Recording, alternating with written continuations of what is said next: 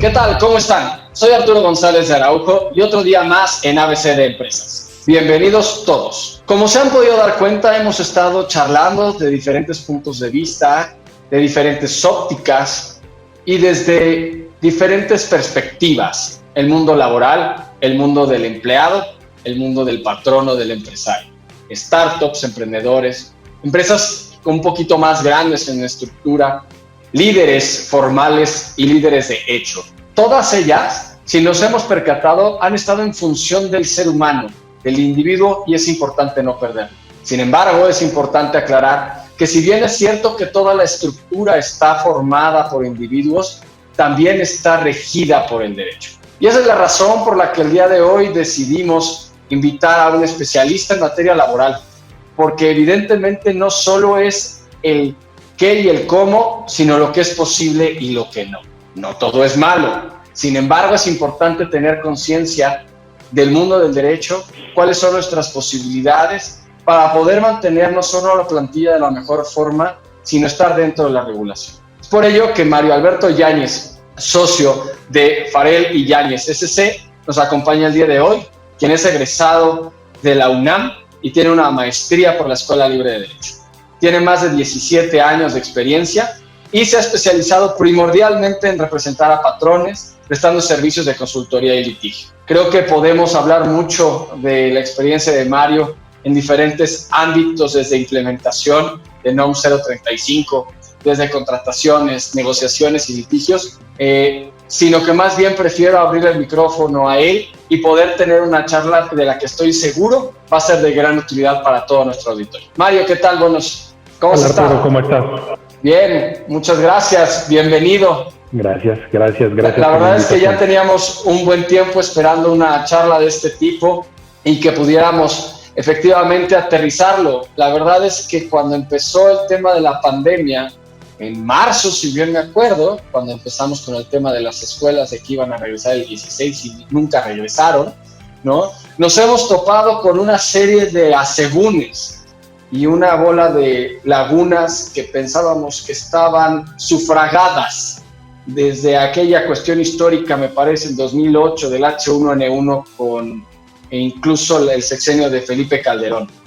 Cuéntame, ¿cómo te ha ido en este año 2020 y las concupiscencias que esto representó? No, mira, ha sido un año muy interesante. De por sí ya era un año interesante por todas las modificaciones laborales aprobadas el año anterior. Sin embargo, el tema de la pandemia pues complica demasiado el panorama, ¿no? Específicamente respecto de la pandemia te puedo decir, si bien es cierto, como bien lo señalas, que desde el 2009, fue en el 2012 cuando se aprueban las modificaciones a la ley, con el ánimo de facilitar y hacer mucho más sencillo lo que vivimos en aquella ocasión con la epidemia del H1N1, pues nos dimos cuenta que lo que se hizo no funcionó. Y no funcionó por distintos motivos, ¿no? ¿Por qué? Porque los artículos que agregaron a la ley establecen que la condición para que se suspenda la relación de trabajo es que exista una declaratoria de emergencia sanitaria. Es decir, sin esta declaratoria no puede haber una suspensión. Como esta suspensión conlleva que se pague una indemnización de hasta un mes de salario mínimo a todos los trabajadores, sin importar cuál sea el salario que efectivamente devengan, el impacto económico de esto hubiera sido demasiado. Y con el ánimo de que ello no sucediera, el gobierno federal, a través de las autoridades sanitarias, pues hicieron y deshicieron todo lo que pudieron con tal de no emitir una declaratoria de emergencia sanitaria. O sea, usaron el vocabulario correcto para no emitirla. Exactamente, y entonces ahora tenemos una emergencia sanitaria por causa de fuerza mayor. ¿Y eso qué significa? Habría que preguntarles porque todavía no logramos determinar qué es, además de que no es una fuerza mayor porque para nosotros los abogados pues la fuerza mayor deriva de una situación no prevista, pero sobre todo humana, y en este caso sería propiamente un caso fortuito, dado que es un acontecimiento de la naturaleza. Y le agregaron el tema de fuerza mayor para tratar de mover el tema hacia la suspensión colectiva de las relaciones de trabajo por cuestiones de fuerza mayor, en la cual necesitas necesariamente, valga la expresión, la autorización de la Junta de Conciliación y Arbitraje para poder suspender las relaciones de trabajo. Entonces, con tal de que no emitir la declaratoria y que en automático se diera una suspensión que te llevaba a pagar únicamente un mes de salario mínimo a todos tus trabajadores, lo llevaron a un tema en donde para hacer la suspensión necesitas la autorización de la Junta de Conciliación y Arbitraje después de seguir todo un procedimiento, y que si se autoriza se fijaría una indemnización también de un mes de salario, pero no de un mes de salario mínimo, sino de un mes de Pero salario. aquí hay una cosa. O sea, el problema es que no hay juntas de conciliación y arbitraje. Bueno, en realidad esperamos que ya ahorita más bien puedan funcionar de la mejor manera posible, ¿no? El hecho es, tras todo este tiempo, la situación económica del país pues no es, al igual que en el mundo entero, no es la más boyante. Ahora bien, aunado a esto, hemos tenido retos interesantes que tienen que ver con el home office o trabajo a distancia. Y esto está representando un doble reto y por eso lo estoy sacando en paralelo. Por un lado, tenemos una crisis económica y laboral sobre sus plantillas. ¿Qué retos o más bien qué flexibilidad tienen hoy en día los patrones o qué tipo de negociación pueden hacer los empleados con respecto a sus patrones? Y ¿qué posibilidades se tienen hoy en día de hacer este esquema de home office sin que se vean afectados las partes, por ponerlo de alguna manera? Mira, la realidad es que igual desde el 2012 se incluyeron en la ley algunas normas relativas al trabajo a domicilio, pero para no variar no es precisamente lo que necesitamos en estos momentos. Estas normas que ya están incluidas en el trabajo a domicilio se refieren más a temas de industria, un poco poniendo el ejemplo para que se entienda perfectamente. Imaginemos que yo me dedico a la costura y entonces el patrón me entrega los materiales, tela, máquinas de coser, un sinnúmero de cosas, y yo en casa hago la costura de las prendas y ya las devuelvo terminadas. Es básicamente para lo que están diseñados esas normas. Te requieren libretas de trabajo, te requiere registrar los contratos de trabajo en la secretaría, un sinnúmero de situaciones que sinceramente no son prácticas y no son viables en este momento. La realidad también es que el trabajo a distancia, hoy día el trabajo a domicilio, todos y cada uno de nosotros lo estamos llevando a cabo. Esa es una realidad. Y esto ha generado un sinnúmero de dudas y un sinnúmero de problemas que vale la pena atender, y para lo cual muchas empresas no estaban preparadas, la gran mayoría, algunas otras sí tenían políticas internas, sea en el propio contrato de trabajo con alguna cláusula específica en la cual se pudiera dar la oportunidad de que el trabajador labore algunos días en su domicilio, sea en un reglamento interior de trabajo o sea en las políticas internas. ¿Por qué? Porque sí hay muchas cuestiones que tienen que regularse tanto en favor de los patrones como en favor de los trabajadores. Pero aquí hay un tema importante, perdón que te interrumpa, porque ahora resulta que se van al home office y entonces ahora trabajan 7x24, porque como están en su casa pero son oficina, entonces pues contéstame, ¿no? Y entonces me parece que aquí el sistema emocional del propio empleado y del patrón se está desgastando. Y déjame ampliarlo. Por un lado, el empleador siente que el empleado no hace nada porque no lo está viendo, porque es la estructura que para muchas empresas ha sido así. Si no te veo, no estás trabajando. Y por otro lado, yo te mando correos a la hora que sea, estás en tu casa, pero estás trabajando, sin que exista un horario laboral que tú entrabas y tú salías, y cuando salías, si bien contestabas el teléfono, por lo menos ya te sentías fuera, ¿no?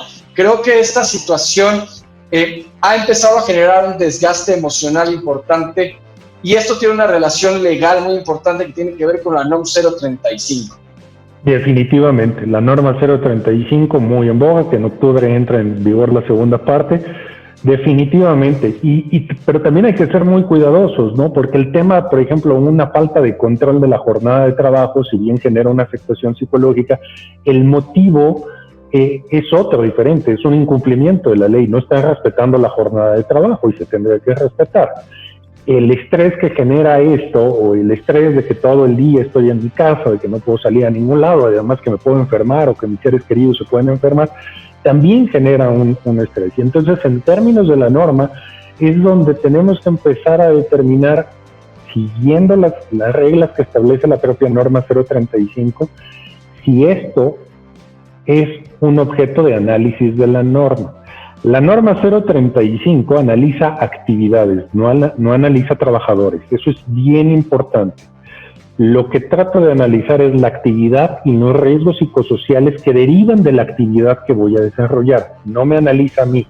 No analiza si yo estoy estresado, si tengo algún tipo de enfermedad mental. No analiza si hay un burnout o si hay un ataque de pánico. Analiza la actividad y analiza las condiciones de trabajo propiamente en cuanto a condiciones físicas, instalaciones, materiales, tiempo, cuestiones de esas naturales.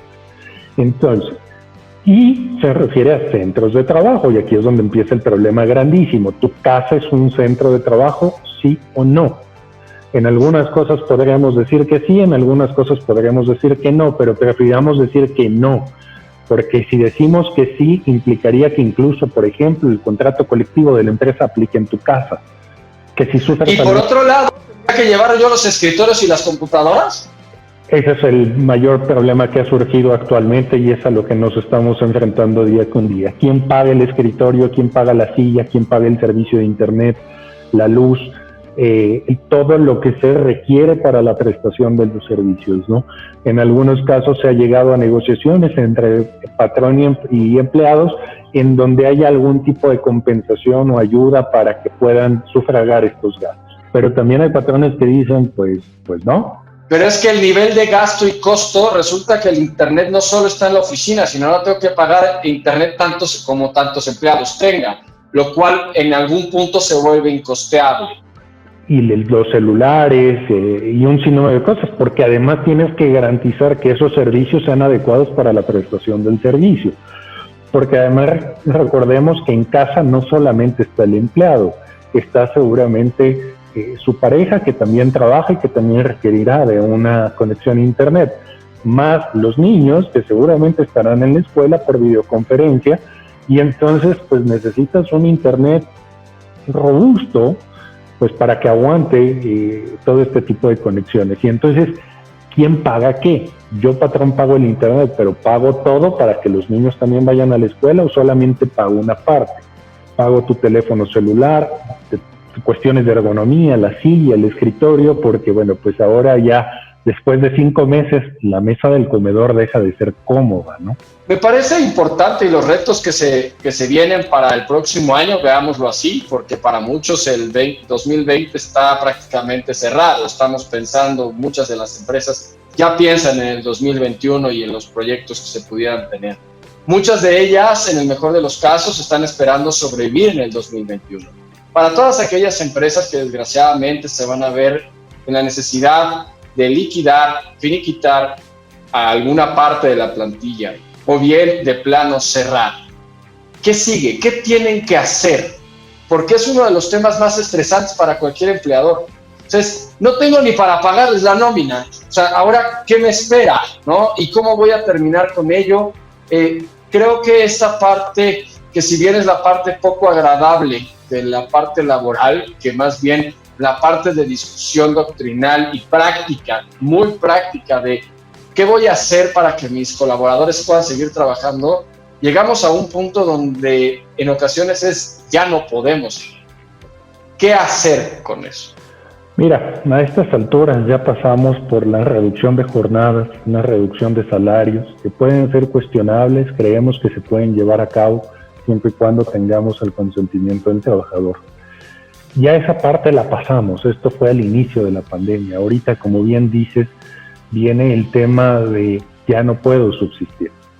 Y frente a esa imposibilidad de continuar con la empresa, pues existiría la necesidad de terminar las relaciones de trabajo con cada uno de los empleados o con alguna parte de ellos. Esta terminación te exige por ley que pagues las indemnizaciones que establece la ley. Y si ya no tienes dinero para pagar la nómina, pues mucho menos tendrás el dinero para pagar las indemnizaciones. Entonces vendrá un tema de negociación, definitivamente, una negociación entre el patrón y el trabajador para hacerle ver, oye, pues aquí está el dinero de tus partes proporcionales, que es así, las tenemos que pagar, aguinaldo, vacaciones, prima vacacional, y poder llegar a algún acuerdo en cuanto al monto de la indemnización. ¿Es posible la negociación en cualquier caso?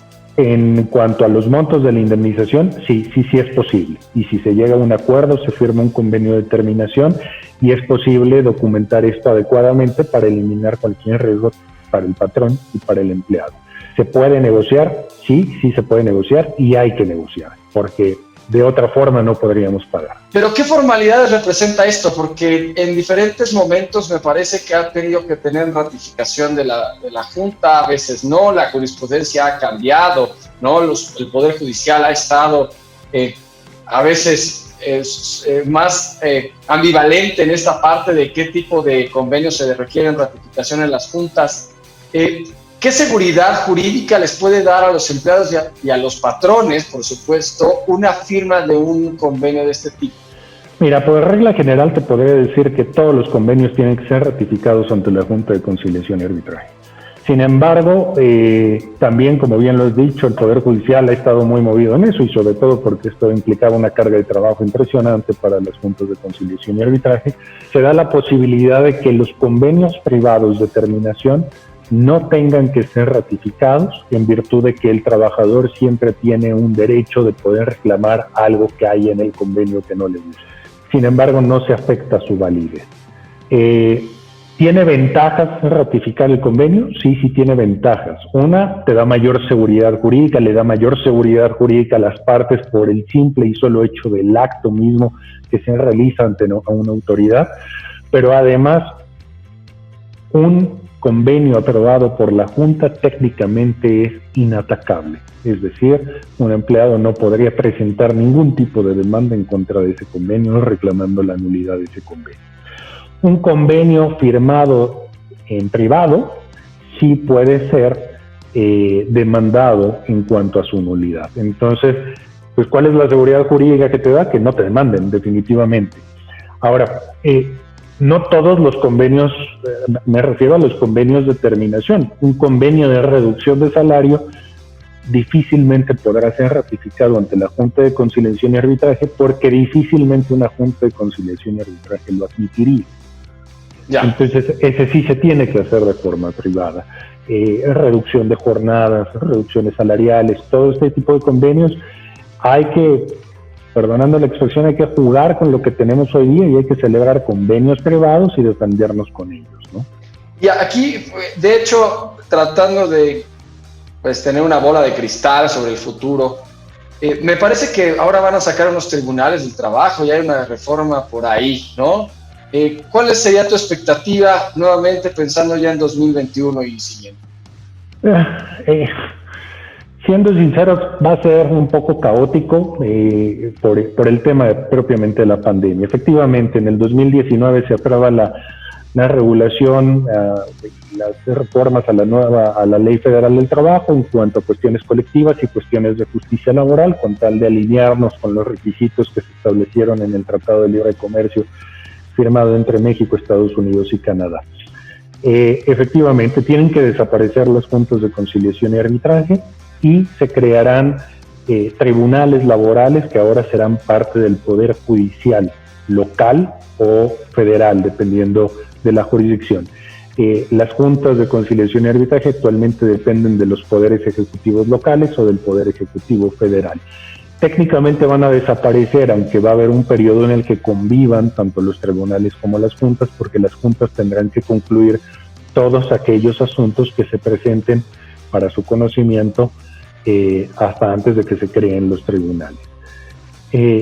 Recordemos que la gran mayoría de las juntas de conciliación tienen cerradas aproximadamente 5 meses, algunas ya 5 o 6 meses, algunas ya han abierto desde el mes de julio, algunas en mayo, pero por ejemplo la Junta de Ciudad de México continúa cerrada. Y esto conllevará que haya un retraso de casos bastante fuerte. No solo los casos que se han generado durante los meses de suspensión, sino el trabajo que ya traían anteriormente, ¿no? Entonces estamos hablando que la Junta Local de Conciliación y Arbitraje de Ciudad de México tendrá aproximadamente 1,5 millones de demandas en su conocimiento. Y esto generará un tema para todo el futuro cercano. Sé que podríamos platicar mucho tiempo de todo ello.